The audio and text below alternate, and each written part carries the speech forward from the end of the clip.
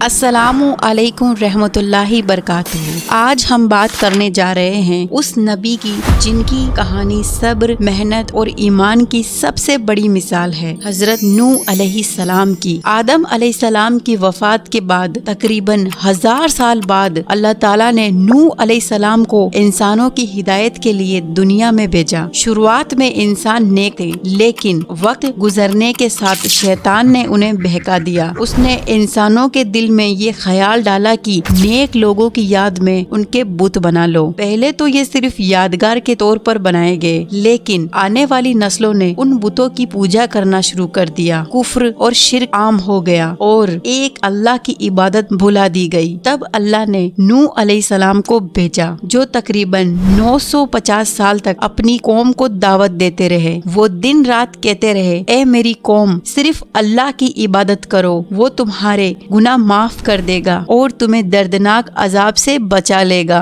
लेकिन अफसोस, उनकी बात किसी ने भी नहीं मानी। लोगों ने उनकी बात नहीं मानी, बल्कि उनका मजाक उड़ाया और कहा, अगर तुम सच्चे हो तो जिस अजाब का वादा करते हो वो लेकर आओ। इतने सालों तक मेहनत करने के बाद भी सिर्फ कुछ गिने चुने लोग ही ईमान लेकर आए। आखिरकार नूह अलैहिस्सलाम ने अपने रब से कहा, ए मेरे परवरदिगार, तू किसी काफिर को जमीन पर जिंदा मत छोड़ना। अल्लाह ने उनकी दुआ कबूल की और उन्हें हुक्म दिया, एक बड़ी कश्ती बनाओ और उसमें अपने ईमान लाने वाले साथियों को और तमाम जानवरों के जोड़े सवार कर लो। नूह अलैहिस्सलाम ने पहाड़ पर एक बहुत बड़ी कश्ती बनाना शुरू किया। लोग उन्हें पागल कहते, मजाक उड़ाते, देखो ये पहाड़ पर कश्ती बना रहा है। लेकिन नूह अलैहिस्सलाम ने किसी की बात नहीं मानी और किसी की परवाह नहीं की, क्योंकि उन्हें यकीन था कि अल्लाह का हुक्म सच्चा है।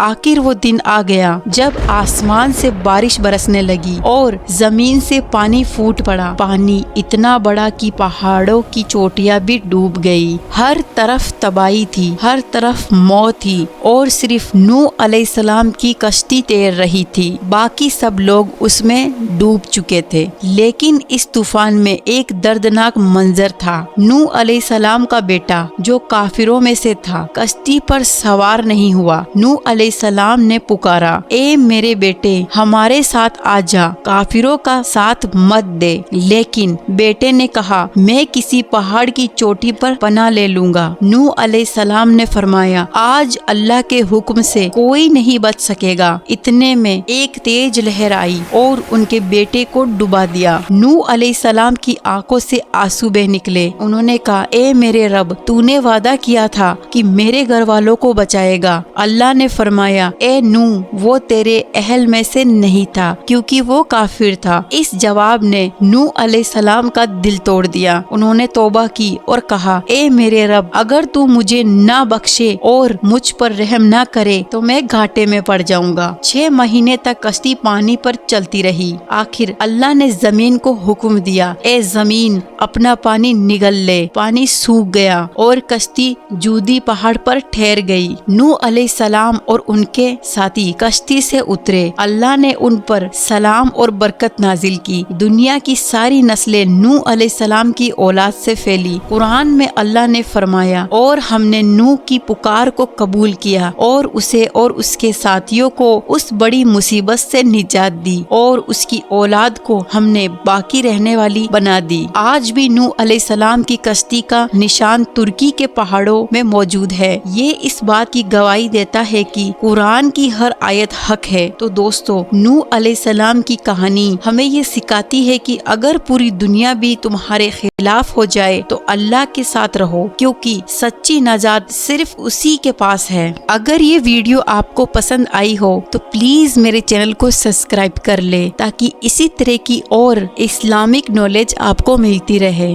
जज़ाकल्लाह खैर। मैं मिलती हूँ आपको अगली वीडियो में। तब तक के लिए अल्लाह हाफिज।